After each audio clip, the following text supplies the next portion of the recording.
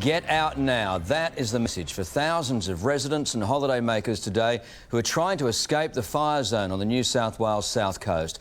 We'll go live straight away to Alex Hart in Batemans Bay, where a mass exodus is unfolding. Alex, with more horror conditions about to hit, they're locked in a race against time here.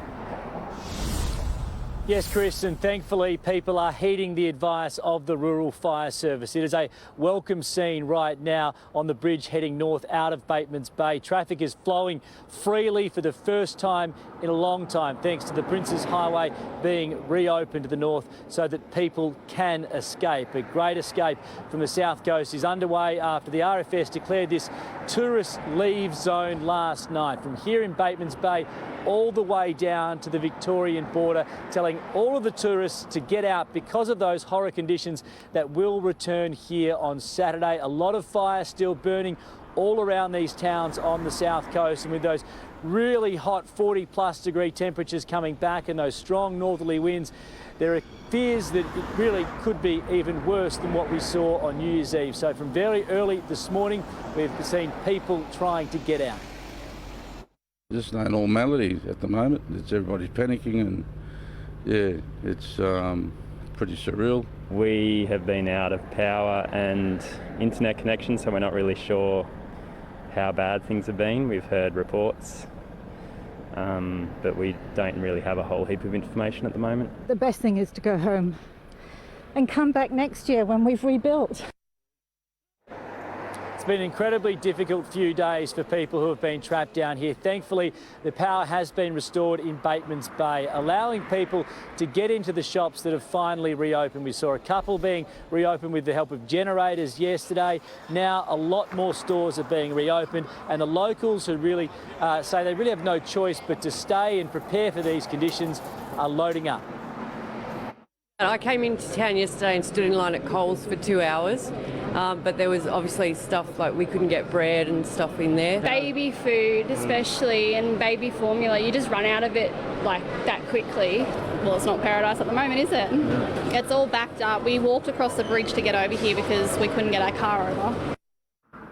The fire threat is ever present. We've got smoke out here just to the northwest of Batemans Bay at the moment. As I say, a lot of fire burning around here. People who had plans to come down here on the weekend are also being told to cancel them immediately, Chris. All right, summing it up perfectly there, the great escape. Alex Hart, many thanks to you this morning. To Victoria now, an unprecedented military operation is unfolding as we go to air.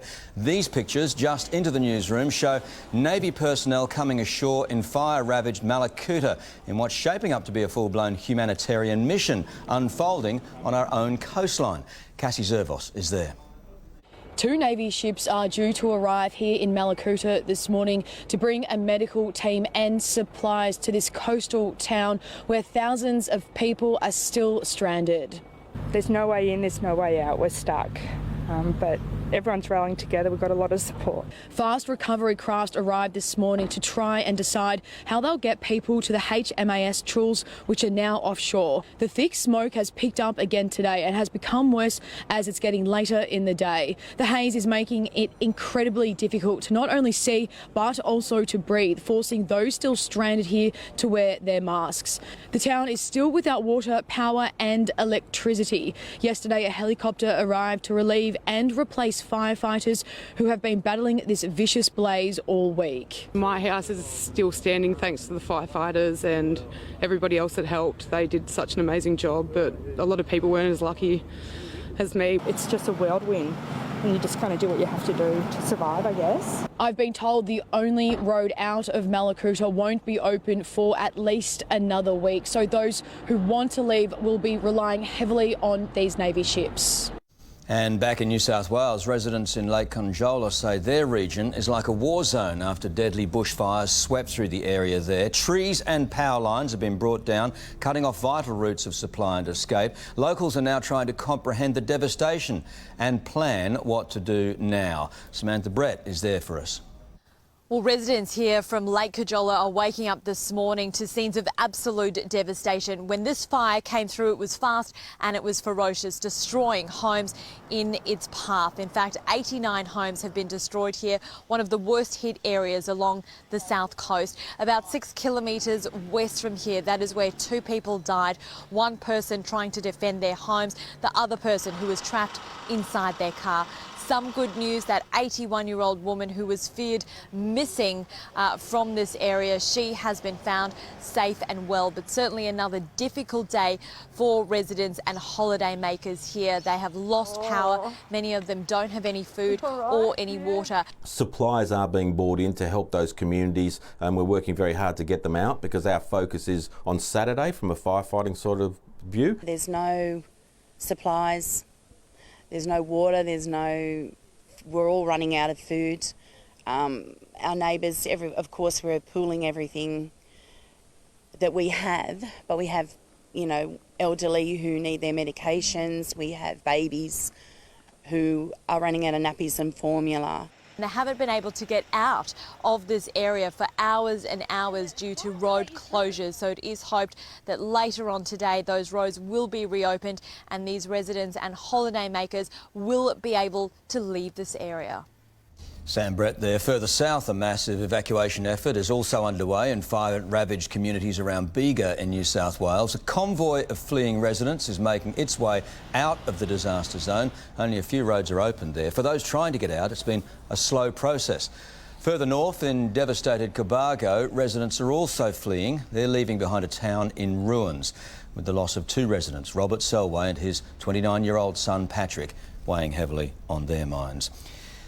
Now, the evacuations currently underway have hit a new level of urgency, with severe fire conditions about to hit once again, both in New South Wales and Victoria. For more, let's go live to Karen O'Sullivan in our Melbourne newsroom. Karen, authorities warning this weekend could be worse than New Year's Eve, which saw hundreds of homes lost. Good morning, Chris. The emergency is far from over in East Gippsland. Extra firefighters have been sent to Cann River overnight to support the community, which is still trapped by a blaze there. 4 people are still officially listed as unaccounted for. There is 1 confirmed death. The body of great-grandfather Mick Roberts was found in his Buchan home yesterday. The 67-year-old was known as a larrikin legend in the town. The Premier, Daniel Andrews, has visited the fire zone. He's pledged whatever support is needed to help fight the fires and deal with the recovery.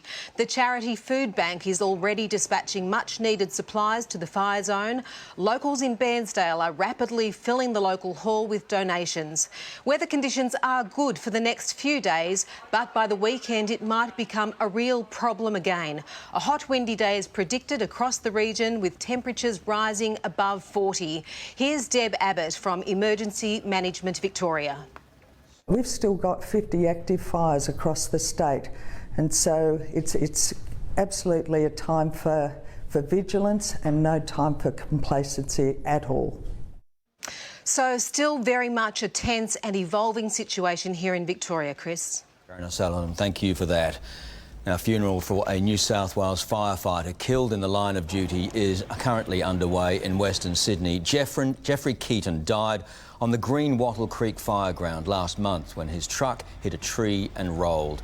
He was killed alongside colleague Andrew O'Dwyer. Both men had 19-month-old children born within days of each other.